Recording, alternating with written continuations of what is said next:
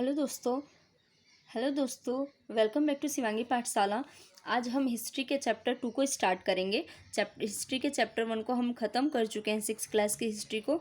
आज हम चैप्टर 2 को स्टार्ट करेंगे और हम चैप्टर 2 को पढ़ेंगे, छोटे छोटे टुकड़ों में पढ़ेंगे। एक बार 1 घंटा 2 घंटा या 3 घंटे के वीडियो में नहीं पढ़ेंगे, क्योंकि वो नहीं हो पाता है, मुझसे भी नहीं हो पाता 2 घंटे 3 घंटे लगातार बैठ के पढ़ना, या समझ में भी नहीं आती ये चीज़ें। तो हम स्टार्ट करेंगे बहुत बेसिक से और बहुत अच्छे से समझेंगे। और हम एक रिवीजन कर लेते हैं छोटा सा। जैसे कि हमने चैप्टर 1 में रसीदा के क्वेश्चन से पढ़ना स्टार्ट किया था, फिर हमने डेट्स के बारे में जाना था, हमने 3 नदियों को डिस्कस किया था, जिसको हम आगे बहुत ही विस्तार से पढ़ेंगे। जैसे सिंधु सिविलाइजेशन, गंगा नदी के बारे में, हमने नर्मदा नदी के बारे में जाना था। उसके बाद फिर हमने और भी चीज़ें जानी थी कि मानव क्या करते थे, कैसे खाते थे, कहाँ मानव सभ्यता का विस्तार हुआ, कैसे हुआ।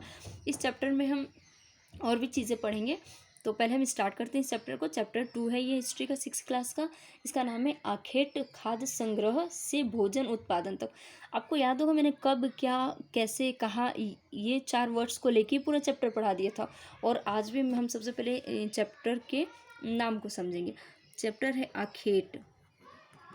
पहले यह दिया हुआ है आपके उसमें कि चैप्टर में आखेट, ठीक। आखेट का मतलब होता है शिकारी, जो शिकार करते हैं, मतलब जिनका जो जीवनचर्या है, जिनका खान पान रहन सहन है, वो शिकार पे डिपेंड है। कि उठना है, शिकार करना है, खाना है, फिर उठना है, शिकार करना है, खाना है और घूमना है, दूसरा कुछ नहीं करना। अब आपका दिया है खाद्य संग्रह। खाद्य संग्रह, देखिए चैप्टर का नाम समझिएगा तो उसके बाद आपको पूरा चैप्टर समझने में आसानी होगी। मतलब कि चैप्टर का नाम ये क्या होता है, ये बता देता है कि हम एक पूरी कहानी समझने जा रहे हैं। कि हम शिकारी थे, फिर हमने खाना कलेक्ट करना सीखा, हमने खाना को कलेक्ट करना सीखा। जैसे कि मान लीजिए कोई जानवर मिला, उसको मारा, पकाया, एक दिन खाया और अगले दिन के लिए रख लिया। या मछली पकड़ी, मछली मर गई, उसको 2-3 दिन के लिए हमने रख लिया और 2-3 दिन आराम से उसको पका पका के खाते रहे। या हम इसको ऐसे भी समझेंगे कि कोई फल मिला, जैसे कि सेब ले लीजिए। सेब अगर मिला उनको, उन्होंने खाया, सो स्टार्ट के मानव थे, उनको अच्छा लगा, और अच्छा लगे तो उन्होंने क्या किया, उसको कलेक्ट कर लिया कि अच्छा 1 केजी सेब रख लेते हैं, इसको आराम से खाएंगे, ठीक। तो चैप्टर क्या कह रहा है कि आखेट मतलब कि जो शिकारी कर रहे थे, तब वो कैसे खाद्य संग्रह करने लगे। उसके बाद क्या है, भोजन उत्पादन। भोजन उत्पादन का मतलब कि आपने शिकार किया, फिर अपने शिकार को ये चीज़ों को या कलेक्ट करना सीखा। अब क्या कर रहे हैं, अब हम जो कलेक्ट कर रहे हैं उसे बनाना सीख रहे हैं। मतलब कि हम कृषि कर रहे हैं, ठीक। हम जो सेव पहले खाते थे तोड़ तोड़ के, हम उस सेव को उगाना सीखेंगे। समझ रहे हो आप। तो बहुत ही बेसिक सी चीज़ें हैं, एनसीईआरटी में बहुत बेसिक से दी रहती है। हालांकि ऐसा नहीं है, कभी कभी दिमाग ख़राब करने वाली चीज़ें दी रहती है, लेकिन हम पढ़ेंगे मज़े से। तो हमने चैप्टर के नाम का मतलब समझा, अब आपके लिए चीज़ें आसान हो जाएंगी। आरंभिक मानव आखिर वे इधर उधर क्यों घूमते थे। ये क्वेश्चन है कि जो स्टार्ट के मानव थे वो इधर उधर क्यों घूमते थे। आपको याद होगा ये चैप्टर कैसे स्टार्ट होता है, नहीं याद होगा तो पहले जाके पढ़िए कि और समझने की कोशिश कीजिए कि जो स्टार्ट के मानव थे वो घूमते क्यों थे, मतलब क्या ज़रूरत थी उनको घूमने की। तो हमको सब इस इन वर्ड से जो सबसे पहला चीज़ निकलता है कि घूमते क्यों थे, कि 20 लाख पहले के मानव की बात हो रही है। ये किस मानव की बात हो रही है, 20 लाख पहले की मानव की बात हो रही है। कहाँ पे थे वो, उपमहाद्वीप में। तब भारत का नक्शा क्या होता था, भारत का नक्शा भारत, पाकिस्तान, अफगानिस्तान, ईरान तक कवर करता था।